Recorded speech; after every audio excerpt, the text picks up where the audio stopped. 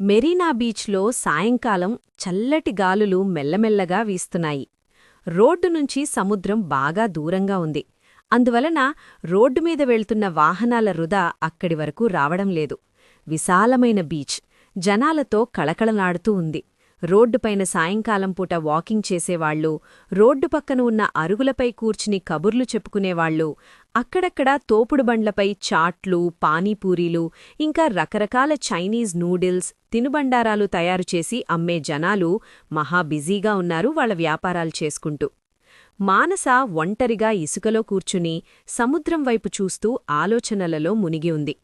చుట్టుపక్కల జనాల సందడి, చిన్నపిల్లల ఆటలు, సముద్రంలో క్రమం తప్పకుండా వస్తున్న కెరటాలలో కాళ్లు తడుపుకుంటూ అల్లరిచేసే అమ్మాయిల ఉల్లాసం ఏవీ కూడా ఆమెను తాకడం లేదు. తన సమస్యలో కూరుకుపోయి ఆలోచనలను మధించుకుంటూ ఒక్కతే కూర్చొని ఉంది. ఇంటికి వెళ్తే తనకోసం కాపు కాసి ఉండే సమస్యలను ఎదుర్కోలేక ఇంటికి వెళ్లడానికి ఆమె మనసు అంగీకరించడం లేదు. మరోవంక ఆఫీస్లో పని ఒత్తిడికి ఆమె శరీరం మరింత అలిసిపోయింది. ఒక వంక మనసు, మరోవంక శరీరం రెండూ మొండికేస్తున్నాయి. ఇక ఎంతమాత్రం అవి ఆమెకు సహకరించడానికి అంగీకరించడం లేదు. ఇంటి బాధ్యత తను ఒక్కతే మోయవలసొస్తోంది. తల్లికి అనారోగ్యం, తండ్రి ఇల్లు పట్టించుకోకపోవడం, తమ్ముళ్ల బాధ్యత తనపైన ఉండటంతో ఆమెకు చిన్న వయసులోనే 100 ఏళ్ల జీవితం అనుభవంలోకి వచ్చేసింది. మెరిట్ విద్యార్థి కావడంతో డిగ్రీ కాగానే మంచి కంపెనీలో ఉద్యోగం దొరికింది. అది మొదట్లో ఆమె సమస్యలు తీరడానికి పనికొచ్చినా తర్వాత మరిన్ని సమస్యలను పెంచింది. అదే ఆఫీస్లో చంద్రం పనిచేస్తున్నాడు. మానస కొత్తగా ఉద్యోగంలో చేరినప్పుడు పని నేర్చుకోడానికి మేనేజర్ ఆమెని చంద్రం దగ్గరకు పంపాడు. మొదట్లో అతని గురించి ఆమెకు అంత మంచి అభిప్రాయం ఉండేది కాదు. ఎప్పుడూ కట్టీ కొట్టీ తెచ్చే అన్నట్లు మాట్లాడేవాడు. తనకేమైనా సందేహాలు వస్తే అడగడానికి చాలా మొహమాటపడేది. అయితే ఒకసారి మేనేజర్ ఒక అర్జెంట్ పని చెప్పాడు చంద్రానికి. అది చెయ్యడం కోసం అతనికి టైం ఎక్కువ లేకపోవడంతో చంద్రం చాలా టెన్షన్ పడుతున్నాడు. అది గమనించిన మానస అతనికి కావలసిన సహాయాన్ని అతను కోరకుండానే అందించింది. దాంతో చంద్రానికి ఆమెపైన మంచి అభిప్రాయం ఏర్పడింది. అప్పటినుంచి ఆమెతో తరచుగా మాట్లాడ్డం, స్నేహంగా ఉండటం మొదలుపెట్టాడు. మెల్లమెల్లగా చంద్రం పట్ల ఆమెకు కూడా సదభిప్రాయం ఏర్పడింది. బహుశా అతను అందరిలా ఆమెనొక స్త్రీగా కాకుండా తన తోటి ఉద్యోగిగా చూడడం వల్ల కావచ్చు, లేదా అందరిలా ఆమె అందాన్ని కళ్లతోనే తినేసేలా చూడకుండా హుందాగా ప్రవర్తించడం వల్ల కావచ్చు, లేదా ఈ అన్నింటి వల్ల కావచ్చు, ఆమెకు అతనంటే ఆ సదభిప్రాయం ఏర్పడింది. చంద్రంతో మాట్లాడాలి అంటే ఆమె మనసు ఉరకలు వేసేది. క్రమేపీ ఒకరిపై ఒకరికి అప్పటివరకు అంతర్గతంగా ఉన్న ఇష్టం బయటకు వచ్చినట్లుంది. వాళ్లు బాగా దగ్గరయ్యారు మానసికంగా. చంద్రంతో అప్పుడప్పుడు అలా బీచ్లో కలుసుకోవడం మొదలైన తర్వాత ఆమెకు కొద్దిగా రిలీఫ్ కూడా అనిపించడం మొదలుపెట్టింది. ఈరోజు కూడా అతనితో కాసేపు కలిసి మాట్లాడి వెళ్లదామని బీచ్కొచ్చింది. ఇద్దరూ కలిసి వచ్చేవారుగాని లాస్ట్ మినిట్లో మేనేజర్ పిలిచి అర్జెంటుగా చేయవలసిన పని చంద్రానికి అప్పగించాడు. మానసను ముందు వెళ్లమని, తను త్వరగా వచ్చేస్తానని చెప్పాడు చంద్రం. ఆఫీస్ నుండి బీచ్కి రావడానికి పెద్ద టైం పట్టదు. మానస బీచ్కు వచ్చి తాము ఎప్పుడూ కూర్చునే చోట కూర్చుని చంద్రం కోసం ఎదురుచూస్తూ ఉంది. ఆమె ఫోన్లో మెసేజ్ టోన్ వస్తే స్క్రీన్ వైపు చూసింది. చంద్రం నుంచి మెసేజ్: బాస్ దగ్గరున్నాను, ఇంకో 10 నిమిషాలు పడుతుంది, సారీ ఫర్ ద డిలే అనుంది. చంద్రం ఎప్పుడూ ఆమెను నవ్విస్తూ ఉండడానికి ప్రయత్నిస్తుంటాడు. అతనామెతో ఉన్నప్పుడు ఆమెతో తన బాధలు, సమస్యలు గుర్తురావు. లోకమంతా అందంగానూ, ఆమె నడుస్తున్న దారి పూలబాటలాగానూ, తన జీవితం నందనవనంలాగానూ తోస్తూ ఉంటుంది. అతను లేనప్పుడు మాత్రం ఆమె మనసంతా చిందరవందరగా సమస్యల వలయంలా ఉంటుంది. సముద్రఘోష జనాల సందడిలో పెద్దగా తెలియడం లేదు, కాని ఆ ఘోష మాత్రం ఆమెను తాకుతూనే ఉంది. నిజానికది తన హృదయాంతరాళంలో నుంచి వచ్చినట్లు అనిపిస్తూ ఉంటుంది ఆమెకు. సముద్రానికి రత్నగర్భ అని కూడా పేరు. దానిలో ఎన్నో వెలకట్టలేని సంపదలు దాగి ఉంటాయని అంటారు. అయినా ఎందుకని ఆ సముద్రానికి ఆ ఘోష? ఏం బాధలను ఎవరితో మొరపెట్టుకుంటూ ఘోష పెడుతూ ఉంటుందో కదా అనుకుంది మానస. ఆ ఘోషకు కారణముందో లేదో కూడా తెలియదు, కాని తన బాధలకు మాత్రం చాలా కారణాలున్నాయనుకుంది.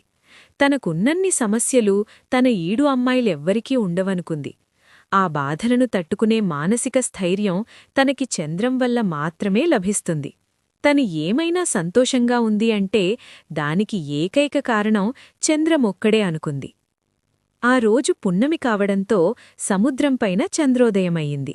నిండు చందమామ పెద్దగా ఆకాశంలో వెలుగుతున్నాడు. చంద్రుడి కాంతి సముద్రంపైన మెరుస్తూ నల్లటి నీళ్లపైన తెల్లటి పాపిడిలా కనిపిస్తోంది. అది చంద్రుడు తనను చేరడానికి నడిచివస్తున్న దారిలా అనిపించి మనసులోనే నవ్వుకుంది. ఏమిటి, నీలో నువ్వే నవ్వుకుంటున్నావ్ అన్నాడు చంద్రం. అతను సరిగ్గా అప్పుడే వచ్చి ఆమె పక్కనే కూర్చున్నాడు. నువ్వొచ్చావు, నవ్వొచ్చింది అంది మానస. క్షణకాలం ఆమె కళ్ళు వెన్నెల కాంతిలో మెరిశాయి. కాని తనప్పటివరకు ఆలోచించిన సమస్యలు అప్పుడే ఆమెని వీడిపోవడానికిష్టపడక ఆమె మనసుని పట్టుకునే ఉన్నాయి. దాంతో ఆమె ముఖంలో చీకటి దోబూచులాడింది. బావుంది, కవిత్వం రాస్తున్నావా ఈ మధ్య అన్నాడు చంద్రన్ నవ్వుతూ. నా బతుక్కదొక్కటే తక్కువ. నీకు తెలుసుగా నా పరిస్థితి. ఎన్నాళ్లు నేనీ వలయంలో కొట్టుకుంటూ ఉండాలో తెలియడంలేదు అంది మానస. ఏమైందిప్పుడు అన్నాడు. చంద్రం తన వెంట తెచ్చిన వేడివేడి వేరుశనగ పప్పుల పొట్లం ఒకటి ఆమె చేతిలో పెట్టాడు. తన పొట్లం విప్పి ఒక్కోటి తినడం మొదలుపెట్టాడు. విజయలక్ష్మి ఎవరు? పక్క వీధిలో అమ్మాయా లేక ఎదిరింట్లో అమ్మాయా అడిగాడు. డౌటే లేదు. నిన్నేదో కవితల వాట్సాప్ ఆవహించింది. కదిపితే కవితలు. అయినా నిన్నటివరకు ఉన్న విషయాలే ఈరోజు కూడా ఉంటే అది నీకు అంత ఇబ్బంది కలుగచేస్తుందేం మరి? అమాయకంగా ప్రశ్నించాడు. అతని మాటలు ఆమెను ఆలోచనలలోకి నెట్టేశాయి. అతను తన లోపాల్ని ఎత్తిచూపినట్లుగా అనడంలేదు. తనను తానే సరిదిద్దుకునేలా ఒక దారి చూపిస్తున్నాడు. ఆ నల్లటి నీటితో తెల్లటి దారిలా. ముసిముసిగా నవ్వింది. ఏమో, నువ్వు చెప్తే ఏవీ సమస్యలే కావనిపిస్తుంది. నేనొక్కదాన్నే ఉంటే ప్రతిదీ సమస్య అనిపిస్తుంది. నిజం చెప్పాలంటే నీళ్లంటే నాకూ భయమే. కాని చిత్రంగా నువ్వు పక్కన ఉంటే నేను దేనికీ భయపడే అవసరం లేదనిపిస్తుంది అంది అతనికెదురుగా నుంచుని అతని కళ్లల్లోకి చూస్తూ. అతని కండ్లల్లో చంద్రుని కాంతులు కనిపించాయి ఆమెకి. నవ్వు నక్కరలేకుండానే ప్రసన్నమైన వదనం అతనిది. ఆమెకు అతనితో ఉంటే మరే అవసరం ఉండదనిపించింది. అర్థమైంది. ఈరోజు పున్నమి కదూ, అందుకే అలా అనిపిస్తుంటుంది అన్నాడు చంద్రం సన్నగా నవ్వుతూ. అంటే నాకు పిచ్చని కదూ నువ్వు చెప్పేది? బుంగమూతి పెట్టింది మానస. ఊహూ, అలా కాదు నేను చెప్పేది. పున్నమి చంద్రుడు మనకు ఆహ్లాదాన్ని కలిగిస్తాడు. అందుకే మనకు అన్నీ అందంగా కనిపిస్తాయి. సమస్యలు చిన్నవిగా కనిపిస్తాయి. కోపం తెచ్చుకో బుద్ధి కాదు. అలా అనిపించడం వల్ల నువ్వు నా గురించి ఓ 4 మాటలు చెప్తున్నావు అన్నాడు. ఓహో, లేకపోతే రోజూ నిన్ను తిడుతూ కూర్చుంటున్నానా అంటూ అతని చేయి పట్టుకుని కెరటాల వైపుకి నడిచింది. వెనకనుంచి చాలామంది గట్టిగా అరిచారు, చూసుకోండి చూసుకోండి అంటూ. మాటల్లో తాము సముద్రానికి చెరువుగా వచ్చామని కాస్త ఆలస్యంగా గమనించారు చంద్రం, మానసలు. పెద్ద కెరటం ఒకటి అంతెత్తున ఎగిసి వాళ్లవైపు వేగంగా ఉరికి వస్తోంది. ఊపిరి బిగబట్టు అన్నాడు చంద్రం మానసను ఒడిసి పట్టుకుని తన దగ్గరకు లాక్కుంటూ. మానస కళ్లల్లో చిన్నపాటి బెదురు. వెంటనే కళ్ళు మూసుకుని చంద్రాన్ని గట్టిగా వాటేసుకుంది ఆమె. అరక్షణంలో వాళ్ల శిరసుల మీదుగా వెళ్ళిపోయింది పెద్ద కెరటం. ఒడ్డున ఉన్న జనాలంతా హాహాకారాలు చేశారు. చిమ్మ చీకటిలో తామిద్దరూ మునిగినా వాళ్లకి చీకటంటే ఉన్న భయం వాళ్లను ఏమీ చెయ్యలేకపోయింది. మానస మనసు మామూలుగా కన్నా బాగా ఉంది. చంద్రం కౌగిలిలో బందీ అయ్యాక తన మనసు మరింతగా ఉల్లాసంగా ఉన్నట్లు గమనించింది ఆమె. కెరటం నీరు వెనక్కి వెళ్లడానికి పట్టిన 20 సెకండ్లు బీచ్లోని జనం అరుస్తూనే ఉన్నారు. నీరు వెనక్కి మళ్ళాక నిటారుగా నిలబడి మానసను కౌగిట బిగించి పట్టుకున్న చంద్రం కనబడగానే ఆ అరుపులు ఉత్సాహంతో కేరింతలుగా మారాయి. మరోమారు కెరటాలకు తమను ముంచేసే అవకాశం ఇవ్వకుండా మానసను ఒక్క ఉదుట్న పైకి ఎత్తి వడివడిగా బీచ్ వైపు నడిచాడు చంద్రం. తన చేతులు రెండూ అతని మెడ చుట్టూ వేసి అతని మెడపై ముద్దు పెట్టుకుంది మానస.